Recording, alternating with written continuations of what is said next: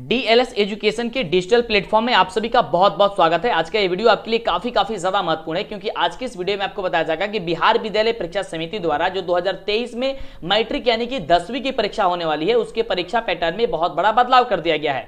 तो हम लोग आज की इस वीडियो में समझेंगे कि मैथ यानी कि गणित में क्या क्या पूछा जाएगा, कितने क्वेश्चन पूछा जाएगा, कितने क्वेश्चन का जवाब देना होगा, किस चैप्टर से कौन कौन से कितने अंक का प्रश्न पूछा जाएगा। तो ये सब कुछ हम लोग जानने वाले हैं, क्योंकि अगर आप बेहतर अंक चाहते हैं, बेहतर नंबर से पास होना चाहते हैं, तो सबसे पहले जरूरी ये है कि आप लोग पहले एग्जाम पैटर्न के बारे में समझें। उसके बाद से अगर आप तैयारी करते हैं तो आपका रिजल्ट बहुत ही बढ़िया आएगा, क्योंकि जब आप यही नहीं समझेंगे तो सब कुछ पढ़ाई आपका बेकार हो सकती है। तो आइए हम लोग समझते हैं और समझने का प्रयास करते हैं बेहतर तरीके से, ठीक है। तो उसके पहले बताना चाहेंगे आपको कि मेरा किताब ही मार्केट में आ चुका है। आप मेरे किताब को भी खरीद करके बेहतर तैयारी कर सकते हैं। आप फोटो उसका देख सकते हैं। आप दुकान पे जाइएगा, बोलिएगा डीएलएस एजुकेशन मंटू सर का किताब चाहिए, यानी कि रोशनी पब्लिकेशन या फिर कैप्टन पब्लिकेशन का, तो आपको मिल जाएगा। नीचे डिस्क्रिप्शन में लिंक भी है, आप अमेजोन से भी आप ऑनलाइन भी मंगा सकते हैं। फिलहाल आइए हम लोग क्लास की शुरुआत करते हैं, यानी कि समझते हैं यहाँ पे कि क्या क्या और कितने अंक का क्वेश्चन पूछा जाएगा और आपको कैसे तैयारी करनी है। चलिए, तो सबसे पहले आपको बताना चाहेंगे कि गणित विषय में आपका जो क्वेश्चन पूछा जाएगा वह 95 क्वेश्चन पूछा जाएगा। 95 क्वेश्चन में आपको 60 जो क्वेश्चन होगा वह 60 क्वेश्चन आपको ऑब्जेक्टिव पूछा जाएगा। 27 जो आपका क्वेश्चन होगा वह आपका शॉर्ट क्वेश्चन होगा, और आपका 8 जो क्वेश्चन होगा आपका लॉन्ग क्वेश्चन होगा। इस तरीके से टोटल 95 क्वेश्चन आपसे पूछा जाएगा। अब 95 क्वेश्चन में आपको कितने क्वेश्चन का जवाब देना है उसे आप ध्यान से समझिए, क्योंकि कोरोना काल में इन सभी प्रश्नों की संख्या दोगुना कर दी गई थी। यानी कहने का मतलब है कि कोरोना काल जब चल रहा था उस समय 100 ऑब्जेक्टिव आया करता था, जिसमें 50 को सॉल्व करना होता था, बनाना होता था। लेकिन अब ऐसा नहीं है, उसे बदल करके अब 60 ऑब्जेक्टिव पूछा जाएगा। अब कितना बनाना है आइए आपको अच्छे तरीके से समझाते हैं, और आपको इस तरीके से अगर आप समझ में आ जाएगा तो आप लोग बेहतर तैयारी कर सकते हैं।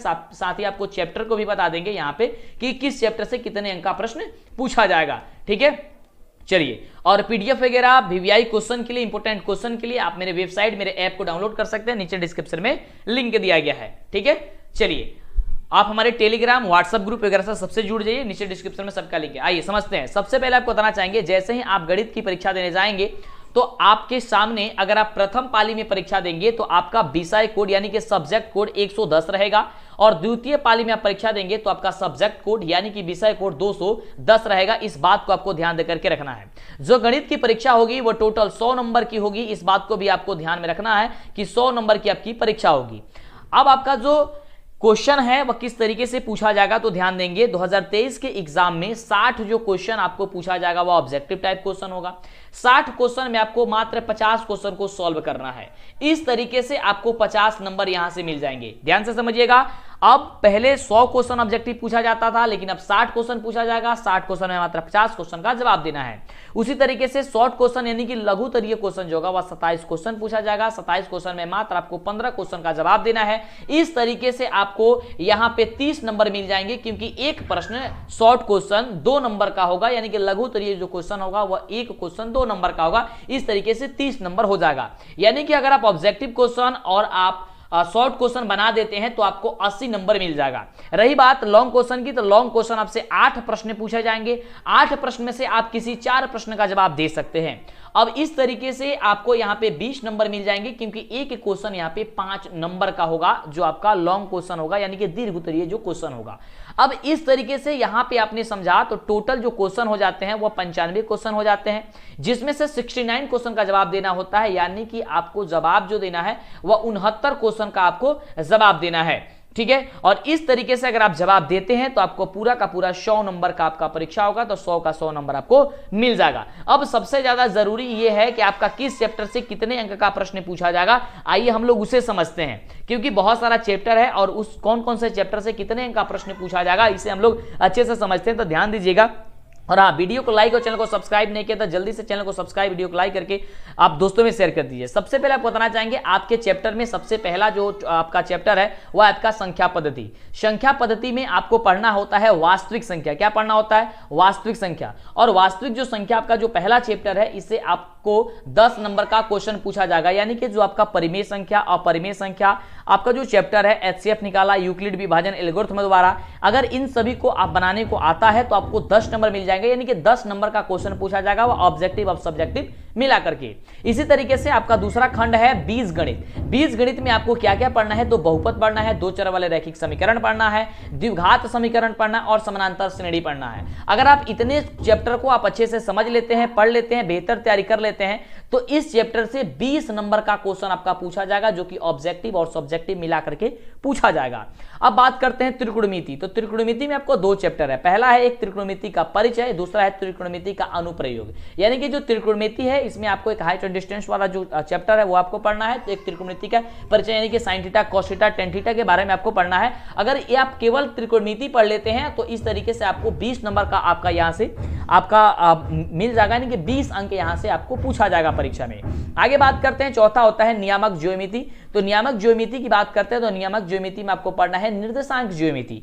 निर्देशांक ज्यामिति केवल आप पढ़ लेते हैं तो निर्देशांक ज्यामिति से 10 नंबर का प्रश्न आएगा, यानी कि 10 मार्क्स का क्वेश्चन आपके एग्जाम में पूछा जाएगा। उसी तरीके से हम बात करते हैं ज्यामिति में। तो ज्यामिति जो आपका चैप्टर है, ज्यामिति में आपको पढ़ना है त्रिभुज, वृत्त और रचना। इससे आपको 20 अंक का प्रश्न आ जाता है। एक खास बात आपको बता दें यहीं पे कि जो आपका रचना है, ये रचना से ऑटोमेटिक आपके एग्जाम में 5 नंबर आएगा, यानी कि केवल रचना आप पढ़ लेते हैं तो 5 नंबर आपको मिल जाएगा। और त्रिभुज और वृत्त से आपको 20 अंक का यहां से क्वेश्चन पूछा जाएगा, यानी कि त्रिभुज, वृत्त और रचना मिला करके 20 कह रहे हैं, हाँ त्रिभुज, वृत्त और रचना मिला करके आपको उससे 20 नंबर का क्वेश्चन पूछा जाएगा। अगर रचना यहां से हटा देते हैं तो 15 नंबर का क्वेश्चन पूछा जाएगा। तो इस तरीके से यहां पे आपको क्वेश्चन पूछा जाएगा। चलिए आगे बात करते हैं क्षेत्रमिति की। तो क्षेत्रमिति में आपको ध्यान दीजिएगा कि क्या पढ़ना है। क्षेत्रमिति में आपको पढ़ना है वृत्त से संबंधित क्षेत्रफल, पृष्ठीय क्षेत्रफल और आयतन। और अगर आप इतने क्वेश्चन को मतलब इस चैप्टर को अच्छे से पढ़ते हैं तो इस तरीके से आपको यहाँ पे जो है वह 10 मार्क्स का यानी कि 10 नंबर का क्वेश्चन आपको यहाँ से पूछा जाएगा। ओके, अब चलिए आगे हम समझते हैं। अब आगे एक लास्ट चैप्टर है आपका सांख्यिकी। सांख्यिकी में आपको पढ़ना है सांख्यिकी और प्रयक्ता। तो सांख्यिकी और प्रयक्ता अगर आप पढ़ते हैं तो यहां से आपको 10 मार्क्स का क्वेश्चन पूछा जाएगा, यानी कि 10 नंबर का यहां से प्रश्न आपके एग्जाम में देखने को मिलते हैं। और इस तरीके से अगर आप इस चैप्टर को पढ़ते हैं तो समझिए कि आपका बेहतर तैयारी हो सकता है। अब आप यहां से आप ये भी समझ सकते हैं कि अगर आपको कितने नंबर की जरूरत है तो आप इस चैप्टर को भी छांट करके पढ़ सकते हैं। जैसे कि अगर आप केवल त्रिकोणमिति पढ़ लें तो 20 नंबर मिल जाएगा। संख्या पद्धति वाला वास्तविक संख्या एक चैप्टर पढ़ेंगे 30 नंबर यहां से मिल जाएगा। और आपको छोटा चैप्टर आपका ज्यामिति पढ़ लेते हैं, नियामक ज्यामिति, इससे आपका निर्देशांक ज्यामिति यहां से 10 नंबर हो जाएगा, यानी कि 40-50 नंबर तो यहीं से हो गया। ठीक है, और लास्ट बार चैप्टर पढ़ लेंगे वो भी आपका इजी होता है, उससे भी आपको हो जाएगा। लेकिन आपको ऐसा नहीं करना है। आपको क्या करना है, जो भी आपको बताया गया है आप अब अपने से एक शेड्यूल बनाइए कि किस चैप्टर को कितना ध्यान देना है, किस चैप्टर को कितने अच्छे तरीके से आप फाइंड कर सकते हैं, यानी कि उससे आप अध्ययन कर सकते हैं। ठीक है, तो इस तरीके से आप अलग से आप अपना एक बना लीजिए और उस तरीके से तैयारी कीजिए कि आपको किस सब्जेक्ट में कितना फोकस करने की जरूरत है, कितना क्वेश्चन मतलब कि कितने अंक का क्वेश्चन किस सब्जेक्ट किस चैप्टर से पूछा जा रहा है। तो इस तरीके से आप समझ करके और तब तैयारी करें और देखेंगे कि आपका रिजल्ट काफी जबरदस्त होगा। वैसे हम आपकी सारी तैयारी पूरी फुल कोर्स आपको अब हम करा रहे हैं, आप शुरू कर दिए हैं। थोड़ी सी परेशानी आ रही थी लेकिन अब परेशानी को अब दूर करके हम लोग अच्छे तरीके से पढ़ेंगे और इस स्ट्रेटेजी से और इस तरीके से अगर आप पढ़ते हैं तो बड़ा ही बढ़िया रिजल्ट आपका आएगा।